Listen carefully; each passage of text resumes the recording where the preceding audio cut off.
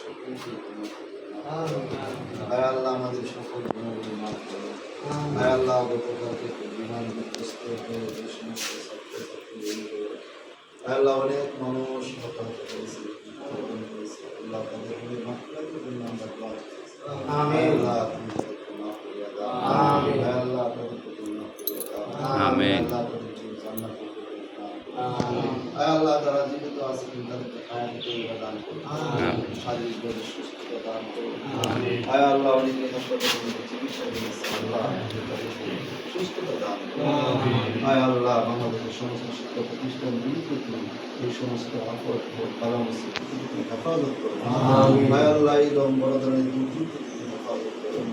আয় আল্লাহ যে সমস্ত অভিভাবকরা তারা ছেলে মেয়ে হারাইছে তাদেরকে আল্লাহ এই সুখ সৈকত থেকে দান করো। আয় আল্লাহ সকলকে সুখ সৈকত থেকে আয় আল্লাহ তুমি আমাদের ছেলে মেয়ে হেফাজত করো। আয় আল্লাহ আমাদেরকে জানে মানে তুমি হেফাজত করো।